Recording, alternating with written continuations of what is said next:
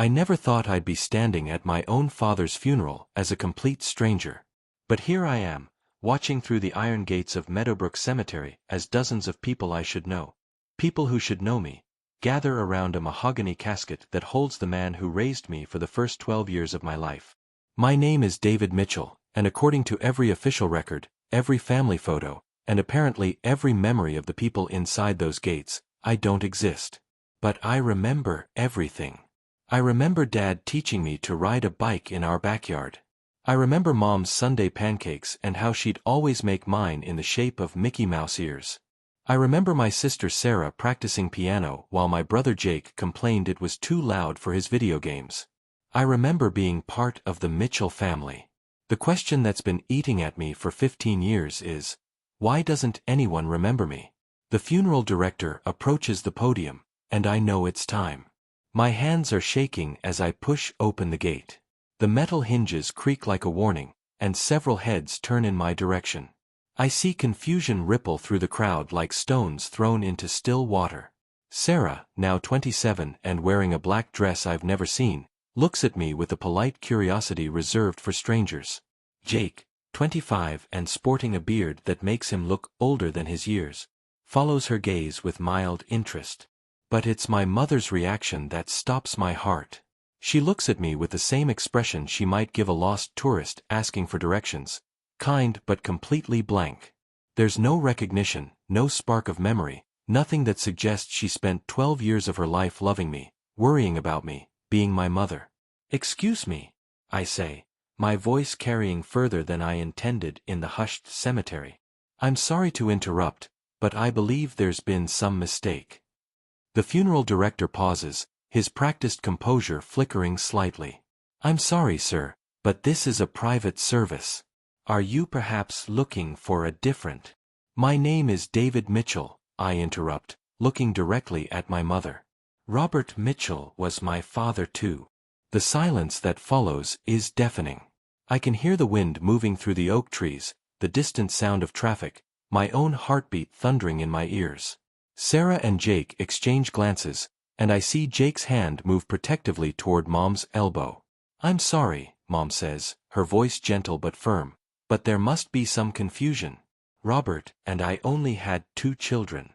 Sarah and Jake. We never had a son named David." The words hit me like physical blows. I knew this would be their reaction. I've been preparing for it. But hearing it from my mother's lips makes it real in a way that 15 years of living as a ghost never could. "Mrs. Mitchell," I say, trying to keep my voice steady, "I know how this sounds. I know it seems impossible. But I lived in your house at 1247 Elm Street until I was 12 years old. I slept in the room at the top of the stairs, the one with the window that faced the Hendersons' backyard. My bed was blue, and I had glow-in-the-dark stars on my ceiling that spelled out, David, in cursive.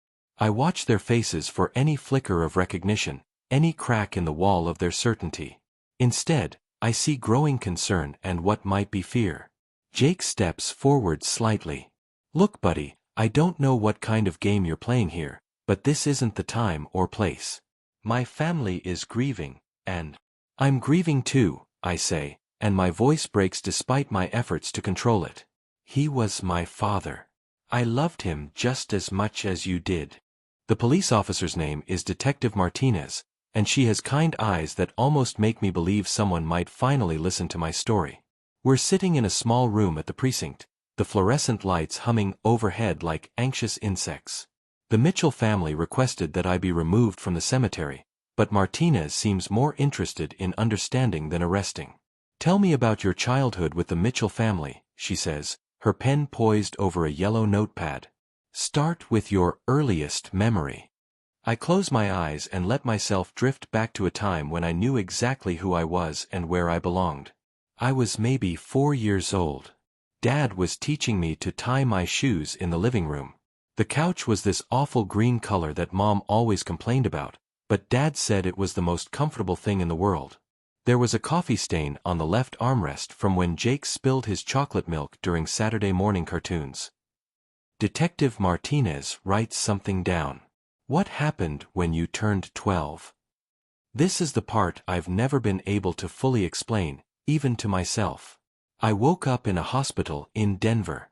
The doctors said I'd been in an accident, but they couldn't tell me what kind.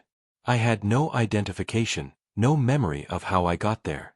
When I finally remembered who I was and where I came from, I tried to contact my family, but I spread my hands helplessly. It was like I'd never existed. No birth certificate? Social security number? School records? Nothing. I've searched for years. It's like David Mitchell was erased from every database, every system, every piece of paper that might prove I was ever born. I lean forward, desperate to make her understand. But I remember everything, detective. I remember Sarah's first day of high school when she was so nervous she threw up in the kitchen sink. I remember Jake breaking his arm when he fell off his skateboard trying to impress Amy Chin. I remember Dad's stories about his time in the Navy, and Mom's terrible attempts at making meatloaf that we all pretended to love. Detective Martinez looks up from her notes. David, I have to ask, is it possible these aren't your memories? Could they be from somewhere else? A book, a movie, stories you heard? I've asked myself this question 1,000 times. The scar on Jake's forehead, shaped like a crescent moon, he got it when he ran into the corner of our glass coffee table when he was 7. Sarah has a birthmark on her left shoulder that looks like a butterfly. Mom hums Blue Moon when she's nervous, and Dad used to collect vintage baseball cards. He had a 1952 Mickey Mantle card that he kept in a safety deposit box at First National Bank. The detective's pen stops moving. That's a very specific. Because it's real. Because I lived it. I run my hands through my hair, feeling the familiar frustration building. Look, I know how this sounds. I know it seems impossible. But 15 years ago, something happened that made everyone forget I ever existed. And I need to find out what. What's your theory? I've had 15 years to think about this. I don't know. Maybe some kind of medical experiment. Maybe I was adopted and somehow removed from their memories. Maybe I'm losing my mind, but I meet her eyes directly. If I'm crazy, detective, then how do I know things about that family that only a son would know? She closes her notepad and leans back in her chair. David, I'm going to be honest with you. What you're describing is impossible. People don't just get erased from existence. But your knowledge of the Mitchell family's private details is concerning. I'm going to have to investigate whether you've been stalking them. My heart sinks. I haven't been stalking anyone. I've been trying to understand what happened to my life. Here's what's going to happen, she says, not unkindly. I'm going to verify some of the details you've mentioned with the family. If they check out, we'll talk again. If they don't, or if you've been gathering this information through inappropriate means, you'll be facing charges. In the meantime, you need to stay away from the Mitchell family. Do you understand? I nod, but inside I'm screaming. Another dead end. Another person who thinks I'm either lying or insane. But what choice do I have except to wait and hope that somehow, someway, the truth will finally surface? As I leave the police station, I can't shake the feeling that I'm running out of time. That whatever erased me from existence once might be preparing to do it again. 3 days later, Detective Martinez calls me back to the station, and I can tell from her voice that something has changed. When I arrive, she's sitting at the same table, but this time she's not alone. A woman I don't recognize sits across from her, wearing a dark suit and an expression that suggests she's used to keeping secrets. David, Detective Martinez says, this is Dr. Elizabeth Chen from the State Department. She'd like to speak with you about your claims regarding the Mitchell family. State Department. My pulse quickens. I don't understand. Why would the government be interested in a missing person case? Dr. Chen opens a manila folder and slides a photograph across the table. It's a family portrait of the Mitchells, but this one is different from any I've seen. In it, there are 5 people instead of 4. A 12-year-old boy with dark hair, and my smile stands between Sarah and Jake, Dad's hand resting on his shoulder. I stare at the photograph, my hands trembling. That's me. That's actually me. This photograph was found in Robert Mitchell's attic yesterday, Dr. Chen says quietly. Along with these. She slides more items across the table, a birth certificate with my name on it, school photos, report cards, a child's drawing signed, David, in crayon. I pick up the birth certificate with shaking hands. David James Mitchell, born August 15, 1985, to Robert and Margaret Mitchell. It's real. It's all real. How? I whisper. Dr. Chen exchanges a look with Detective Martinez. David, what I'm about to tell you is classified, but given the circumstances, you deserve to know the truth. In 1997, you and your family were participants in an experimental government program called Project Mindbridge. The words hit me like ice water. Experimental program? Your father worked for a defense contractor that was developing memory modification technology for interrogation purposes. The program required test subjects, volunteers who would undergo temporary memory alteration to test the effectiveness and safety of the procedure. I feel sick. They experimented on children? The entire family volunteered. The process was supposed to be temporary, a few hours of modified memories, then complete restoration. But something went wrong during your session. Dr. Chen's voice is carefully neutral, but I can hear the regret underneath. When they attempted to restore everyone's memories, your family's recollections of you were permanently erased. And you were lost in the system. Lost in the system? My voice comes out as a croak. The accident that put you in the Denver hospital, it wasn't an accident. It was a side effect of the memory modification. You suffered a severe neurological trauma that should have been fatal. When you survived, the program directors decided it was safer to let everyone believe you had died rather than risk exposure of the program. I can't breathe. Everything I've believed about myself, about my disappearance, has been a lie. My family thinks I'm dead? Not exactly. They don't remember you existing at all.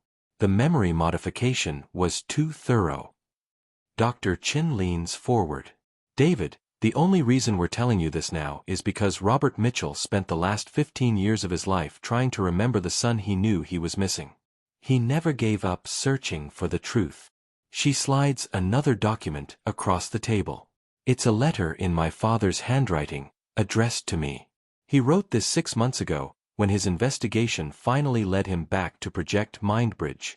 He had been collecting evidence, trying to piece together what happened to his lost son. The items in his attic were part of that evidence. With trembling hands, I unfold the letter and begin to read. David, if you're reading this, then I found you. Or maybe you found me. I don't remember you, son, but I remember forgetting. There's a hole in my heart shaped like a child I loved, and I've spent 15 years trying to understand why. I'm sorry for what they did to us. I'm sorry I couldn't protect you.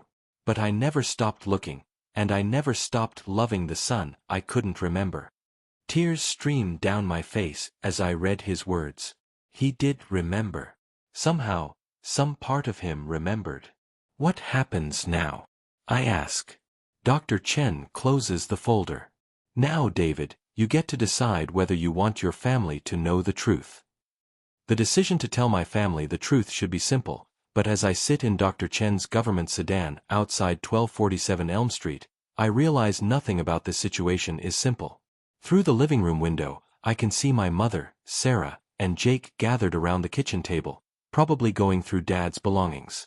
They look peaceful in their grief, united in their memories of a man who loved them completely. Am I about to destroy that peace by forcing them to confront the unthinkable? The memory restoration process has advanced significantly since 1997, Dr. Chen explains, her voice careful and clinical. We can restore their memories of you, but there are risks. The human mind wasn't designed to have 15 years of missing memories suddenly returned. Some patients experience severe psychological trauma. I watch Jake laugh at something Sarah says, and my heart aches. What kind of trauma? Guilt, primarily. The knowledge that they forgot their own son, their own brother, for 15 years. Some patients become obsessed with the lost time, unable to function in the present. Others reject the returned memories entirely, insisting they're false implantations. And if we don't restore their memories? Then you remain a stranger to them forever. You can tell them the truth, show them the evidence, but without their memories, you'll never be their son and brother again. You'll just be someone with an incredible story and government documents to back it up. I think about the funeral, the way my mother looked at me with polite confusion instead of recognition. I think about Dad's letter, his 15-year search for a son he couldn't remember but somehow knew he was missing. There's something else you should know, Dr. Chen continues. Your father's research uncovered something troubling about Project Mindbridge. You weren't the only casualty. There were other families, other children who were lost in the system. Some of them are still missing. This stops me cold. How many? We're not sure. The program was shut down in 1998, but the records were classified and scattered. Your father's investigation was the first time anyone had tried to piece together the full scope of the damage. She hands me another folder. These are the cases he was tracking. 17 children who disappeared from their families' memories between 1995 and 1998. I flip through the files with growing horror. Sarah Chen, age 8, disappeared from her family's memory in 1996. Michael Rodriguez, age 10, vanished from all records in 1997. Page after page of children who had been erased from existence, their families never knowing what they had lost. My God, I whisper. Your father was going to go public with this information. His death from a heart attack 3 weeks ago. Dr. Chen pauses meaningfully. Let's just say the timing was convenient for certain people who prefer to keep the past buried. The implication hits me like a physical blow. You think he was murdered? I think Robert Mitchell was a good man who spent 15 years fighting a system that wanted him to forget. And I think that system might have finally decided he was too much of a threat. She meets my eyes directly. Which means you might be in danger too, David. Especially if you decide to tell your family the truth. I look back at the house where I spent the first 12 years of my life, where my family sits grieving a man who died trying to save children they don't even remember. The weight of the decision presses down on me like a physical force. If I choose the memory restoration, I say slowly, and something goes wrong, I could lose them all over again. Yes. And if I don't, they'll never know that 17 children are still missing, still lost in the system. Also yes.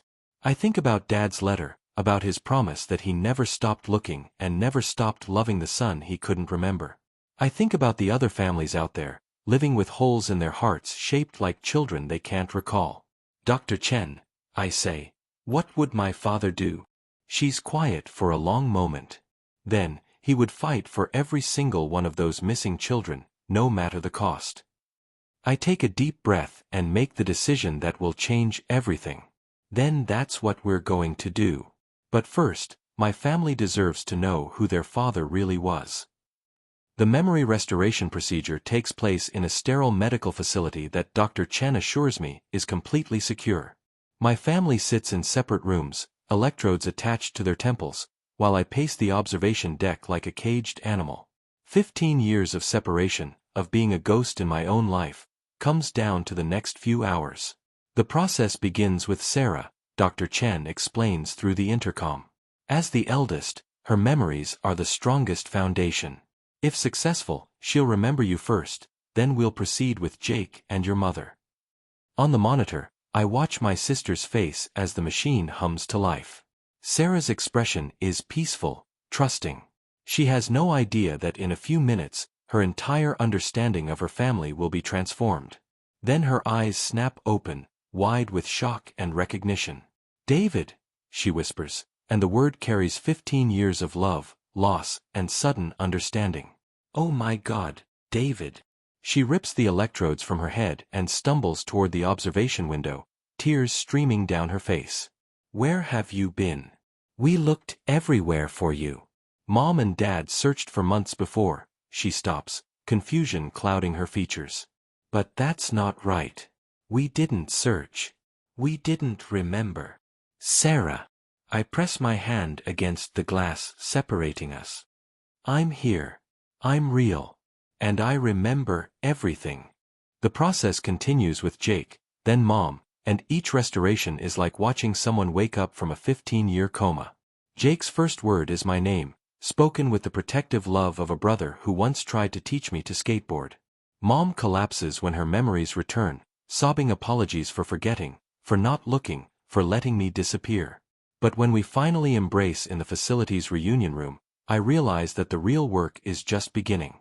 We have to find them, Mom says, holding the files of missing children with trembling hands. All of them. Every single child who was taken. Over the following months, we become an unlikely team of investigators. Sarah uses her skills as a journalist to expose the story, while Jake's connections in tech help us track down digital footprints that the government thought were erased. Mom becomes the voice of the families, reaching out to parents who, like her, live with inexplicable holes in their hearts. The breakthrough comes when we discover that several of the missing children are still alive, living in government facilities under different names, their minds so damaged by the experiments that they can't remember who they used to be. Others have been placed in foster homes, their original identities completely erased. Dr. Chen becomes our ally inside the system, risking her career to help us document the truth. Together, we build a case that finally brings Project Mindbridge into the light. But the real victory isn't the congressional hearings or the government settlements or even the criminal charges filed against the program's architects. The real victory is the day we help reunite 8-year-old Sarah Chen with her family, watching as recognition dawns in her parents' faces during their own memory restoration. It's the moment we find Michael Rodriguez, now 25 and working as a mechanic in Arizona, completely unaware that a family in New Mexico has spent 17 years grieving a son they can't remember. It's watching him break down in tears as his memories return, then laugh with joy as he calls his mother for the first time in nearly 2 decades. As I write this account, 3 years after my father's funeral, 13 of the 17 missing children have been found and reunited with their families. The other 4 are still out there somewhere, and we haven't given up hope. I've learned that memory is more than just recollection, it's the foundation of love, the proof of our connections to each other. When my family forgot me, they didn't stop loving me. That love remained as an ache they couldn't explain, a persistent sense that something precious was missing. Dad was right in his letter. He never stopped loving the son he couldn't remember. And in the end, that love was stronger than any government program designed to erase the past. My name is David James Mitchell. I am 37 years old, and I exist. I have a family who remembers me now, who fought to find me even when they couldn't recall my name. And together, we're making sure that no child will ever be forgotten again. The son everyone forgot has become the voice that remembers them all. To support the channel, please leave a like and subscribe. Thank you so much.